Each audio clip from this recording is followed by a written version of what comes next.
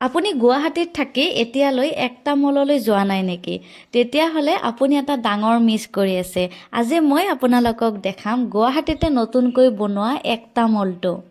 আৰু এয়া ধুনীয়াকৈ সাজি কাচি লৈছোঁ। এতিয়া যাম আমি একটা মললৈ। ৰাতিপুৱাই যোৱা কথা আছিলে, কিন্তু সময় মিলাব নোৱাৰিলোঁ, সেয়েহে ৰাতিপুৱা যোৱা নহ'ল। যিয়ে নহওক এতিয়া যাম। এতিয়া দুপৰীয়াৰ ভাতকেইটা খাইছোঁ, খাই পেলাই অকণমান জিৰাইছোঁ। জিৰাই পেলাই এতিয়া যাবলৈ ওলাইছোঁ। আৰু একটা মলটো আমাৰ ৰুমৰ পৰাই বেছি দূৰ নহয়, সেয়েহে আমি বাইকত যাম। নিজে উঠিছ?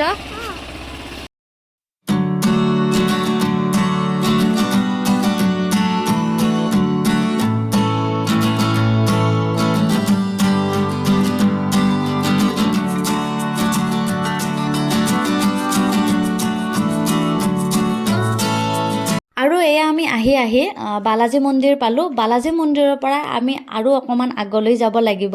মানে একটা মলটো গুৱাহাটী বেতকুছিত আছে, সেয়েহে আমি এতিয়া আৰু অলপ দূৰ যাব লাগিব।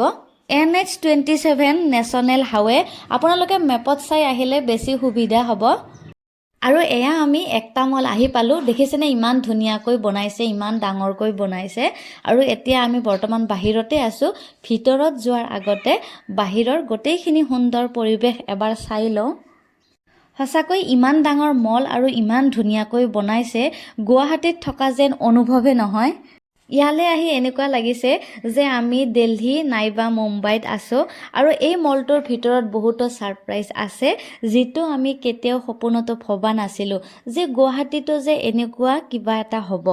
আৰু আপোনালোকে মলটো দেখি অলপ হ'লেও অনুভৱ কৰিব পাৰিছেনে যে মলটোৰ ভিতৰত কি কি বস্তু থাকিব, কেনেকুৱা দোকান পাহাৰ থাকিব আৰু বস্তুবিলাকৰ প্ৰাইচবিলাক কেনেকুৱা হ'ব। মলটোৰ কাম এতিয়াও সম্পূৰ্ণভাৱে কমপ্লিট হোৱা নাই, এতিয়াও কিছু কাম বাকী আছে। সেয়েহে মলটোৰ ভিতৰত একো দোকানেই অহা নাই আৰু মলটোৰ ভিতৰত বৰ্তমান এণ্ট্ৰি কৰিবও দিয়া নাই।